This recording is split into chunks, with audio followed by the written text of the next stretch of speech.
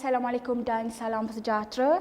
Anda kini sedang menonton sesi podcast bersama saya Haila Rashid bersempena dengan Expo Perumahan Pameran Harta Tanah Bumi Putra BPAX 2023. Seronoknya ada rumah yang bertempat di Dewan 3 Pusat Pameran Mid Valley pada 4 dan 5 November ini. Tajuk utama kita pada sesi kali ini ialah Jimat Cukai dalam Hartanah yang menampilkan seorang speaker khas yang merupakan seorang chartered accountant iaitu Tuan Amsyari Syakur. Apa khabar Tuan? Sama baik, Alhamdulillah. Terima kasih kerana sudi hadir bersama dengan saya pada hari ini. Terima kasih sama. Okey, baiklah Tuan. Sebelum saya membuang masa kan. Jadi boleh tak Tuan ceritakan sedikit mengenai latar belakang Tuan sebagai seorang accountant berkanun? Silakan Tuan. Actually saya ni seorang chartered accountant. Dalam masa saya saya ni tax agent atau orang kata cukai, lesen cukai yang bertaliah. Okay, so saya ada 3 firma dan saya dalam industri ni dah 17 tahun lah. Lama. So 17 tahun. So alhamdulillah dan dalam cukai ni saya bukan terlibat sekadar cukai keuntungan harta tanah. Saya pun saya terlibat dengan dalam cukai pendapatan, kes cukai. So itulah dalam tempoh 17 tahun tu itulah pengalaman-pengalaman saya yang saya tempuhilah. Okey, so firma saya ada 3 tu, itu firma berkaitan dengan accounts, berkaitan dengan tax, berkaitan dengan company secretary. Itu sikit sebanyak tentang saya lah. Okey, baik. Jadi boleh nyatakan tak cukai-cukai yang perlu dibayar oleh setiap individu di Malaysia? Okey, cukai-cukai saya sebenarnya orang tak suka dengan nama-nama cukai kan. Betul. Saya pun takut ya sebagai orang awam, saya takut dengan perkataan cukai tu sebab saya rasa macam leceh, mesti ada hidden charge apa semua. Sebab tu orang tak suka saya. Okey, sampai cukai ni sebenarnya individu dia kena faham. Once kita dah ada pendapatan, kita kemungkinan besar kita ni dah kena hantar borang cukai, dan kita kemungkinan besar kita kena, orang kata dah terlibat kena bayar cukai. Hantar borang dengan bayar. Jadi kadang-kadang hantar borang tak perlu bayar cukai, tapi wajib hantar borang. Okey. So cukai yang wajib untuk individu ni sebenarnya ada 2 je sebenarnya. Okay. Cukai pendapatan, dia ada borang, ada 2 jenis borang B dengan borang BE. Okey, secara kasarnya borang BE ni orang yang tak buat bisnes, yang tak ada buka enterprise, tak ada buka partnership. So dia ni hantar borang BE yang bekerja saja, atau dia ada pendapatan yang lain lah. Okey, itu borang BE yang kena hantar, itu orang yang bekerja. Satu lagi individu yang berbisnes. Yang berbisnes ni ada enterprise, okey, dia kena hantar borang B. Tapi selalunya orang confuse bila kena hantar borang kan? Bila kena hantar borang? Ini selalu yang salah orang kat luar lah. Okey, untuk ni saya bagi sikit lah kan. Kalau gaji anda tolak EPF, tolak SOSO, tolak EIS semua tu, kalau dia dah setahun 34,000 atau kita bagi dengan 12, kalau dia lebih dari 2,830 something macam tu, dia dah wajib hantar borang. Hantar borang. Tapi hantar borang tu belum tentu kena cukai. Borang wajib hantar. So kalau tak hantar kena penalti lah.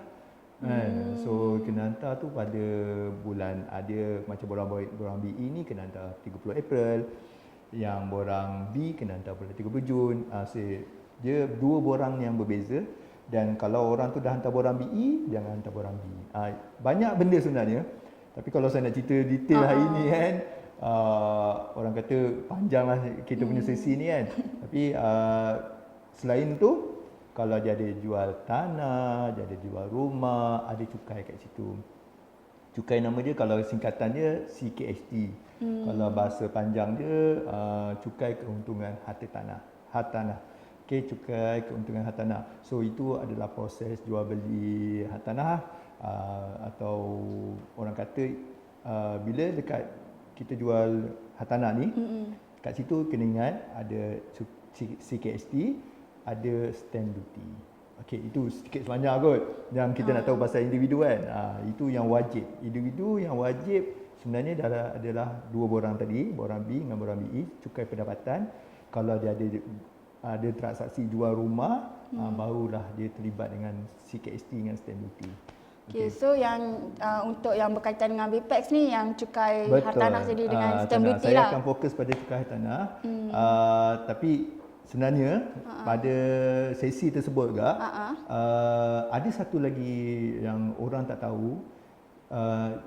CKST tak boleh dikenakan kepada orang yang individu ini. Ini tu nanti saya terangkan. Okay. Sebab dia CKST dengan cukai pendapatan ni ada boleh melibatkan, contoh kalau orang beli cukai jual rumah, dia boleh terlibat dua borang ni. Tapi dua borang ni ada situasi dia. So kalau saya nak cerita, nantilah kita tunggulah Kena dekat buka BPS buku nanti ni. kan. Sebab cerita dia agak panjang dan kalau kita salah kat sini, penalti dia jangan cakap lah. Penalti dia sangat menakutkan. So tapi itulah, benda ni pada mereka yang bagi saya individu yang berminat pasal hak tanah, pasal ada pendapatan, ingin beli hak tanah, teks antara cukai ni antara benda yang dia kena kuasai. Sebab apa? Dekat, kalau anda tak tahu, kemungkinan terlebih bayar, kemungkinan salah bayar, salah declare, itu mungkin berlaku. Dan banyak sebenarnya kes kat luar yang saya dapat yang salah bayar, terkurang bayar, sangat banyak. Sangat banyak.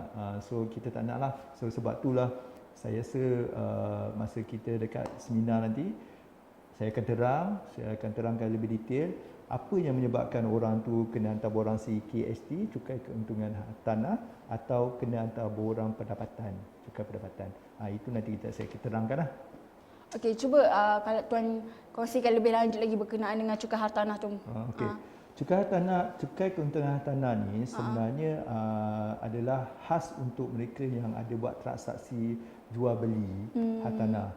Okey, cukai keuntungan hartanah ni sebenarnya kena lebih kepada penjual. Dia bukan pada pembeli. Okey, cukai keuntungan hartanah ni yang you all kena tahu, penjual dia akan kena tax pada lebihan dari dia masa dia beli, pemolehan. Orang kata dalam bahasa SDN ni, bahasa tax ni pemolehan. Sampai dah tersasul kan. Okey, pemolehan maksudnya kos membeli. Okey, dan tolak dengan kos menjual. Kat situ beza tu yang kena cukai. Yang ramai orang tak tahu sebenarnya, dia cara kiraan dia. And sebenarnya cara kiraan dia, kalau betul cara kiraan dia, sebenarnya tax tak tinggi pun. Tax tak tinggi pun. Dan kalau kita pandai, sebab dalam kiraan cukai keuntungan tanah ni, dia ada tahun pertama sekian persentage, tahun kedua sekian persentage, tahun ke-6 ke atas tak ada tax. So kalau orang yang pandai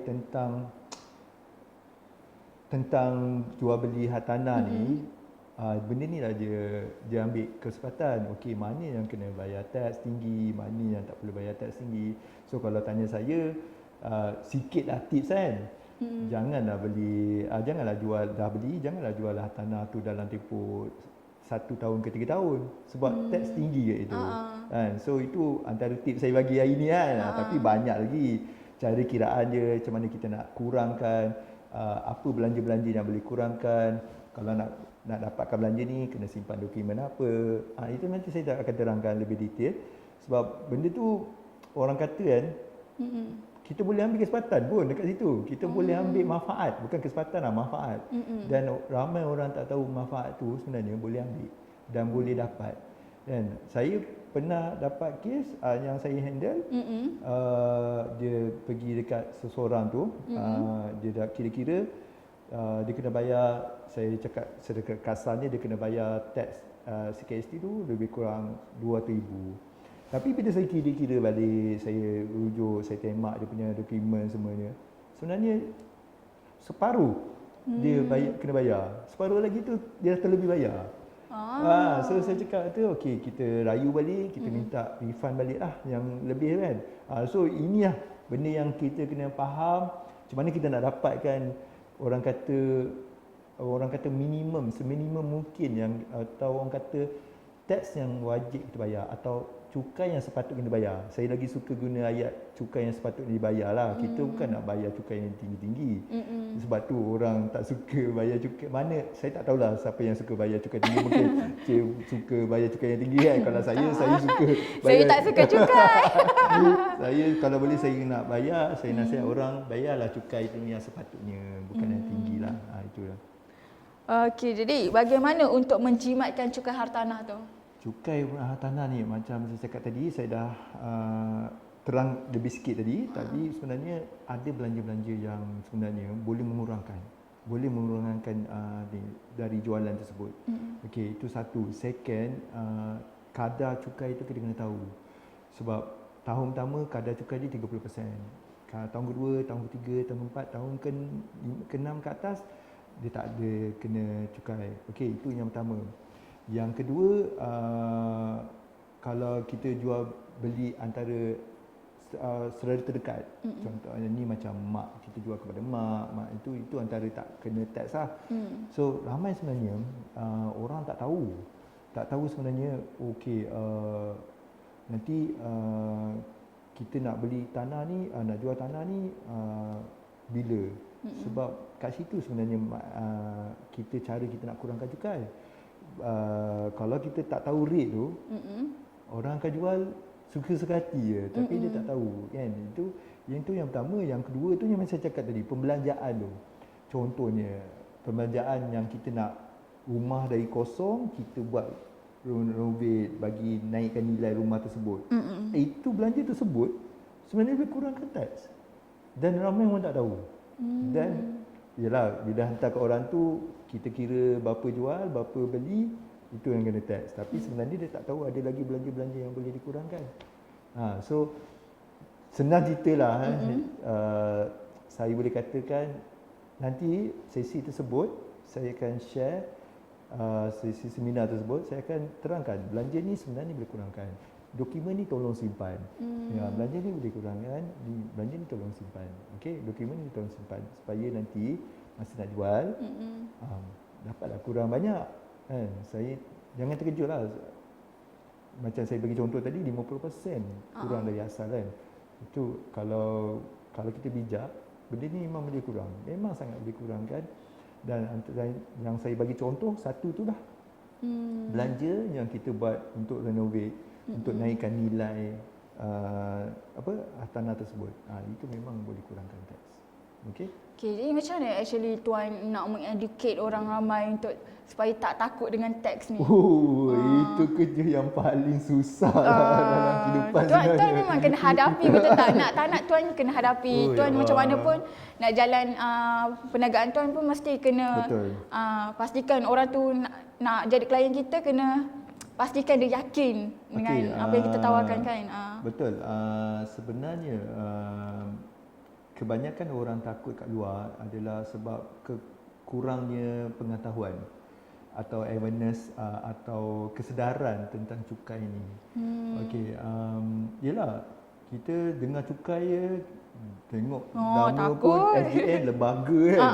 Orang dah takut kan. Betul. So sebenarnya dia saya boleh katakan orang kurang tahu sebenarnya macam mana tentang cukai ni. Apa kelebihan cukai ni kalau you bayar? Apa manfaat yang you boleh dapat tentang cukai ni?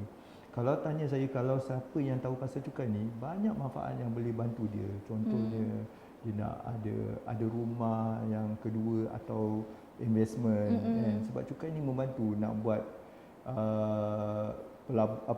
loan ke untuk perniagaan, bisnes kan. So itu antara benda yang saya bagi kesedaran lah. First saya bagi kesedaran kepada mereka, sebenarnya cukai ni you kena tahu. Macam saya cakap, siapa yang perlu tahu adalah orang yang dah ada pendapatan, yang orang yang ada keinginan untuk ada beli hartanah, jual hartanah, orang kata yang ingin majukan bisnes dia atau ingin kembangkan bisnes dia. Cukai tak boleh lari. Kan? Kalau kita meninggal pun, cukai ni kena kat waris kita tau. Sampai waris kita pun kena bayar. So kita tak boleh elak cukai ni. So macam mana saya nak bagi kesedaran sebenarnya kita kena cerita pasal manfaat yang you dapat bila you isytihar cukai dengan betul. And then apa lagi, yang kedua, macam mana sebenarnya cukai ni kita boleh bayar sepatutnya. Dan yang ketiga bagi saya, bagaimana kita tak nak jadi mangsa kesilapan kita bila SDN buat saya makan. Contohnya dokumen tak ada. Kan? Kita isytihar sebenarnya macam ni tapi support dokumen tak ada, itu bahaya kan. So benda yang tak tahu. So insya-Allah lah kalau benda tu, kalau kita tahu semua tu, yang saya cakap 3 tu, saya rasa you all tak perlu takut dengan SDN lah. Tak perlu takut dengan cukai. Saya rasa saya takut pula orang tu yang pergi kejar cukai. Saya nak bayar cukai ni lah. Sampai tahap macam tu pun ada kan. So sebenarnya cukai ni tak, kita selalu dihantui. Mengatakan cukai ni kejam lah. Betul. Apa kan. Sebenarnya, cukai kat resit pun kita takut. dengar tengok kat resit tu pun, ini cukai apa pula tu pun sakit hati kan. So sebenarnya itulah saya nak cakap kat dia, kesedaran tu. Kesedaran tu. Dan manfaat banyak sebenarnya bila kita tak bayar cukai tu. Okey? Okey, jadi bagaimana pameran Harta Tanah Bumi Putra ni dapat membantu pembeli dari salah faham mengenai cukai-cukai yang wujud? Okay. Saya suka soalan ni sebenarnya sebab ada orang kata macam ni tau. Kalau saya beli nanti saya kena cukai tinggi. Kan? Nanti kalau saya jual, saya pening nanti nak layan cukai lah. Saya serahkan pada orang ni kan. So dia macam ni, dalam seminar ni nanti saya akan terangkan step by step. Saya akan ceritakan satu langkah, satu step by step lah. So saya akan cerita, okay, kalau you nak jual tanah, you sebagai penjual, apa yang you kena tahu? Sebagai pembeli, apa yang you kena tahu? Okay, tentang stamp duty, tentang cukai keuntungan hartanah, cukai tentang apa, cukai pendapatan. Semua itu sebenarnya ada proses dia. Dan orang kena tahu, contohnya kalau you dah beli rumah, you nak buat sewa, you kena tahu cukai apa yang terkena. Kan? So saya akan terangkan insya-Allah dalam sisi tersebut, dan saya percaya dengan BPATS ni, dengan seminar yang kita akan buat nanti, insya-Allah akan membuka mata anda tentang cukai dan membantu anda insya-Allah untuk kurangkan bayar cukai sepatutnya, bukan kurangkan lah, bayar cukai yang sepatutnya. So saya percaya dengan sesi yang kita akan buat expo nanti, kita akan buat nanti, benda ni saya akan terangkan kepada mereka, dan insya-Allah tak ada lagi bunyi kata orang kata nanti cukai ni kena penalti lah, kena itu kan. Untuk pengetahuan you, saya akan terangkan ada satu program yang akan berlangsung sampai bulan 5 2024. Okey, program ni orang kata program buat pengakuan sukarela. Siapa yang ada masalah cukai sebelum ni, tak pernah hantar, dokumen tak ada, inilah masa dia. Okey, apa nama program ni? Kita kena jumpa kat sana lah. Nanti saya akan terangkan. Sebab banyak manfaatnya. Antara yang bestnya kan, SDN tak akan buat saya makan kalau you buat silap. Okay, take note SDN tak buat saya makan. Itu yang mahal tu kan. Lepas ni nantilah saya tak pernah cerita kan. Kalau cerita ini, yang kedua lah saya share sikit lah. Dia tak akan kenakan penalti kat you all untuk siapa yang join program ni. Okay, so tapi nak tahu lebih dekat BPATS kan. Betul. Kalau saya cerita hari ni, you all tak nak datang BPATS sudah kan. Tak nak berkenalan dengan kita orang semua kan. Okay, so jumpa kat sana lah insya-Allah. Okay, baik. Jadi itu saja untuk sesi podcast kita pada kali ini. Jadi sebelum kita berpisah, Tuan war-warkan sikit mengenai dengan Tuan punya sesi nanti pada 4 atau 5 November nanti. Saya punya sesi 5 hari bulan, pukul 12.30 hari. 5 hari bulan tak salah saya adalah pada hari Ahad ni. Okey, masa sesi ni saya macam saya cakap tadi, saya akan terangkan semua cukai yang berkaitan dengan hartanah. Okey, so termasuk cukai keuntungan hartanah, cukai pendapatan, stamp duty, okey, apa yang you all kena buat, apa yang orang kata persediaan yang you all kena buat, bagaimana kita nak guna manfaat supaya kita bayar cukai yang sepatutnya. InsyaAllah pada 5 hari bulan pukul 12 tengah hari di Mid Valley, betul tak? Mid Betul. Valley, Mid Valley, saya akan terangkan semua ni 5 hari bulan November. Kan? InsyaAllah. So jom jumpa saya kat sana, jumpa rakan-rakan saya juga kat sana yang akan sampaikan topik-topik yang berkaitan dengan mereka. Dan jangan takut tentang cukai. Jom kita beli hartanah banyak-banyak. Jom sonok kita, memang sonok beli hartanah ni. Kalau kita tahu pasal cukai, lagi sonok kita beli hartanah, insya-Allah. Okey, baiklah. Ingat cukai, ingat Tuan Amsyari, okey? Am cukai nama dia nanti. Am cukai, okey? Okey. Okey, baiklah. Itu saja. Terima kasih kepada Tuan Amsyari kerana sudi berkongsi dengan kita mengenai dengan cukai harta tanah ini. Jadi, sekian saja podcast kita kali ini. Sehingga berjumpa lagi. Assalamualaikum dan sampai jumpa.